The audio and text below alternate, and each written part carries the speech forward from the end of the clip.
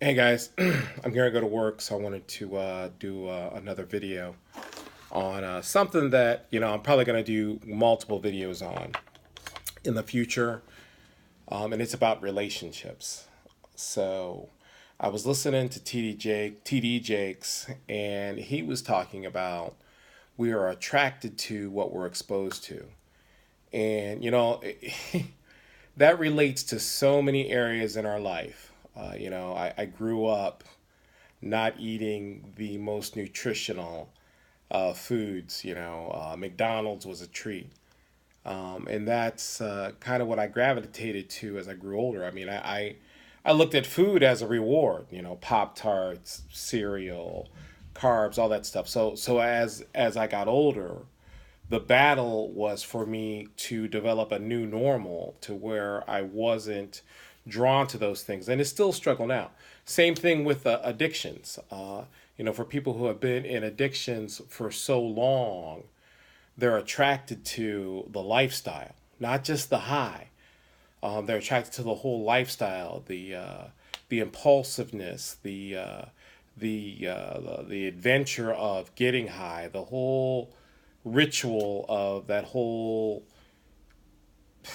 cycle of insanity. So and I'll talk more about addictions because I'm an addictions counselor.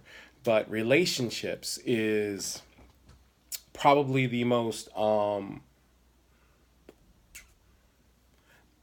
is dangerous the wrong word? Because when we're attracted to negativity and dysfunction, it creates this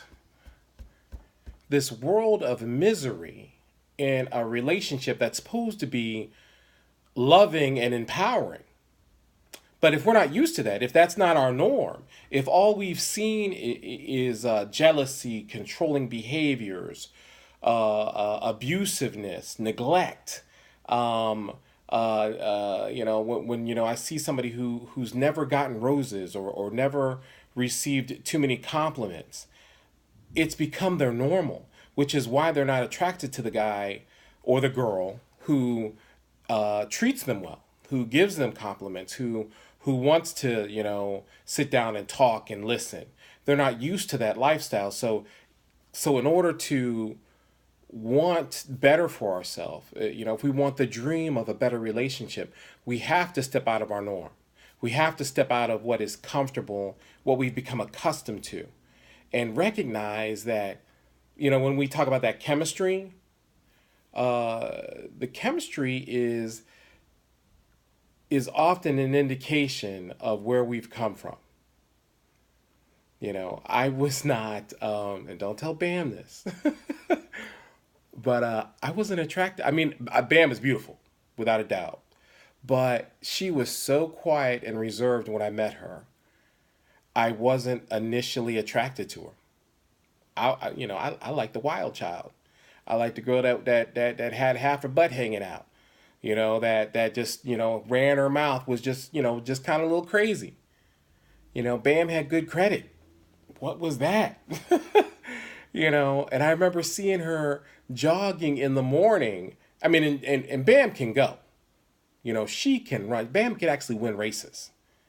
And she's so disciplined to the point where I tease her about being obsessive compulsive, but she's just regimented. People often will ask if Bam was in the military. So for those who know me, that's totally opposite of Will. Will is fly by the seat of your pants, get stuff done at the last minute. I'm the improv guy. That's me.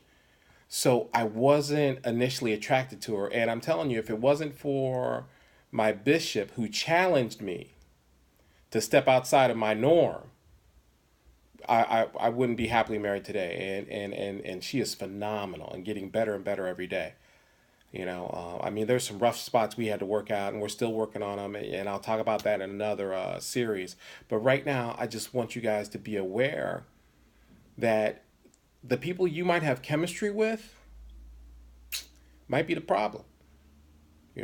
Let's just be real. It might be the problem that your chemistry is twisted. and what you're attracted to isn't healthy. So when you see people in love, I always ask the question, what do you love about that person? And they have not a clue. They can't answer that question. And the truth is they're attracted to this dysfunctional chaos, this chemistry of where they kind of, it's become their norm, whether they've seen it growing up or they've just been exposed to it repeatedly throughout life. It's become a comfortable kind of gravity, and so they're drawn to it. And you'll see people say, well, why do I keep picking the same person? Because that's what you're drawn to. You've passed that nice girl, that nice guy, so many times because it's not your normal. I get guys who date women that they want to rescue. They want to be that knight in shining armor, and you can do that with the functioning woman too. Okay, it just means you got to work harder to impress her. You don't got to work too hard to impress some low budget female. And if you're insulted by that, I'm probably talking about you. Sorry. But, if you're a quality woman with goals and dreams and you're working it, you're paying your bills, you're going to church, you're educated, then your standard should be higher. Stop going below the bar. Raise the bar. Same thing with you men.